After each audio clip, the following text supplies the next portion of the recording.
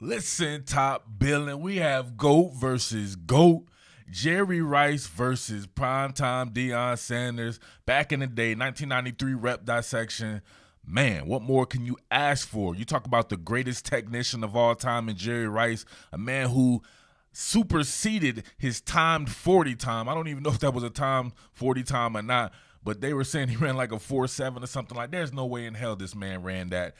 He's one of the better 0 to 60 runners we've ever seen, but the nuances of his route running, his hands, his understanding of defenses in the offense that he played in, right, with that West Coast system with Bill Walsh and George Seifert, absolutely phenomenal. Then you have a man who defies all logic when we're talking about technique, as sometimes, man, he completely overrode sound technique and made it look perfect, right, because he's that much of a freak athlete.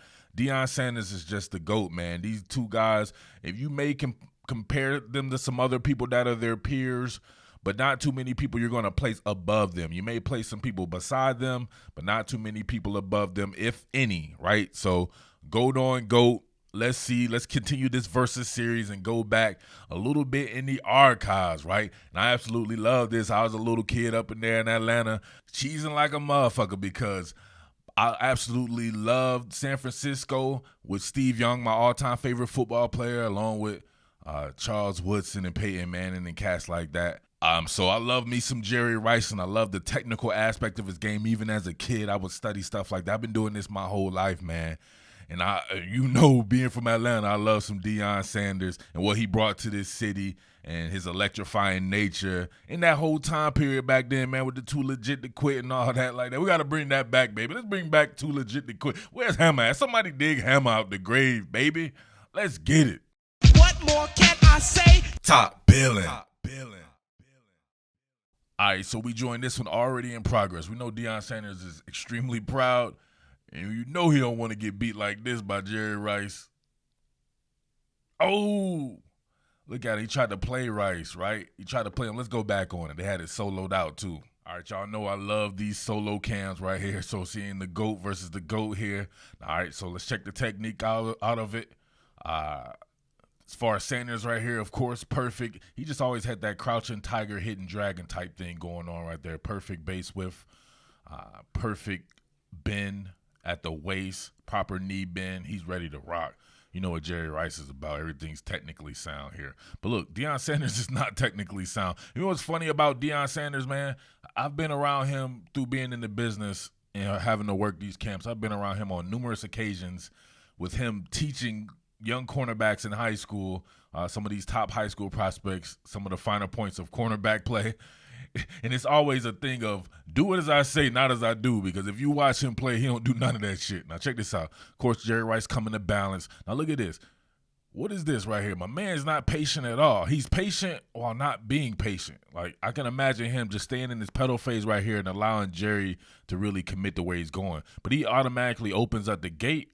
But this is not leverage because he's not floating down the field. He actually stays here and really initiates the chicken fighting stage, and he does it with two hands here. Two hands, and I think Jerry Rice was stronger than Deion Sanders. On numerous occasions, I pointed out this will be a couple of part series here. But look, Jerry gets into the cycle. He's ready to go. Now look at this. So disrespectful, right? When you get a step on somebody, you throw the hand up right here like, yo, I'm open. The fuck you mean you open? I'm right with you. That's disrespectful. That's like Babe Ruth pointing over the fence saying he about to hit a home run. I know Deion was like, man, what the fuck is this dude doing? I know he angry and incensed right about now. Look at him. He all up grinding with him like a Jamaican club, all in his ass, right? But guess what he does wrong? The initial stages of it. He allowed himself to get out leverage. He was thinking this could possibly be a post when it's just a regular streak here. Now he's stacked. He cannot get in front of Jerry Rice without pass interference, so he has to try to leap over him. And, of course, he has the great Steve Young throwing in the ball. So a perfect pass. Look at that. Can't get to it. Now, he was close, but if you can see right here, kids, he's stacked, meaning Jerry Rice is in front of him, and he's using his body as like a partition where you cannot get past it. Poor play by Deion Sanders right there. Great technique by Jerry Rice. And you can see right there, as fast as Jerry Rice was, Deion Sanders was way faster. He was able to hang with that with no problem, even with bad technique. But great play by Jerry Rice. All right, check this out. Off man covers Jerry Rice running a slant, rounds it off. not very Jerry Rice-like. Don't fuck with primetime like that. Come on, man. You're being disrespectful. You gotta give primetime some good stuff there. You ain't give him nothing good. Check this out. Selling everything vertical, but guess what?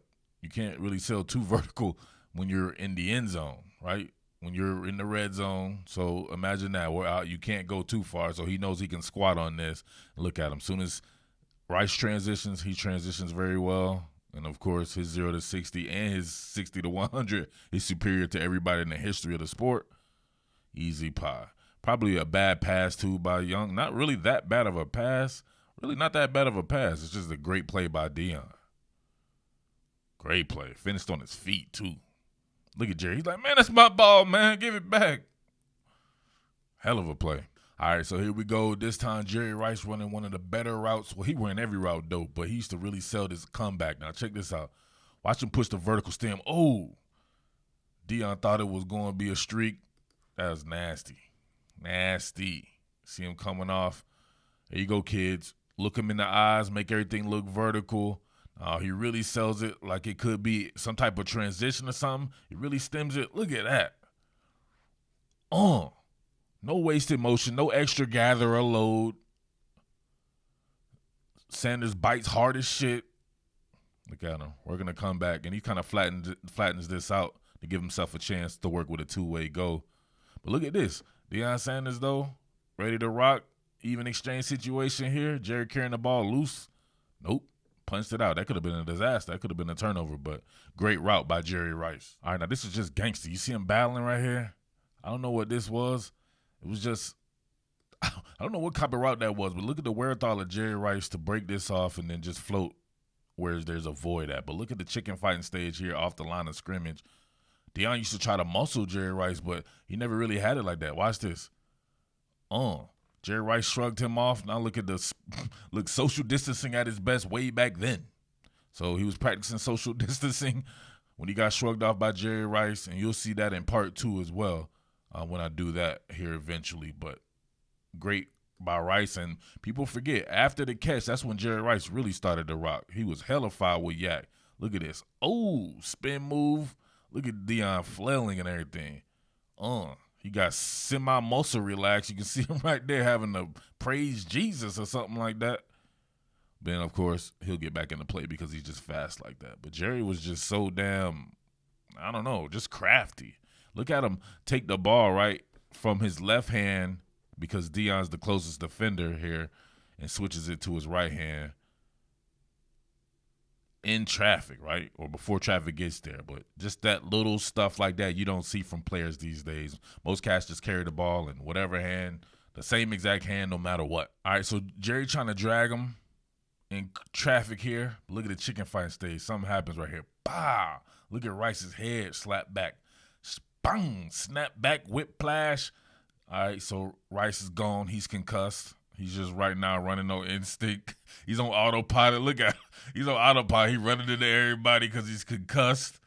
The ref and everything like that. And Deion got this easily. He's able to see everything there. It's a bad pass, though, by Steve Young on this one. Threw it behind him, but Deion was right there. Ooh, hit him in the head a little bit more, too. Really finished off the concussion, right? He was 95% concussed before then. Baya, 100%. He's done. Cooked. Going to see a deep out here at the end of the game, and they're playing some type of inverted coverage because Deion Sanders is way back like he's a damn free safety or something like that. And, of course, on these out routes, if you don't drive the ball, this is why I always tell people about NFL throws. It's not throwing the ball downfield on a 9 route or a post.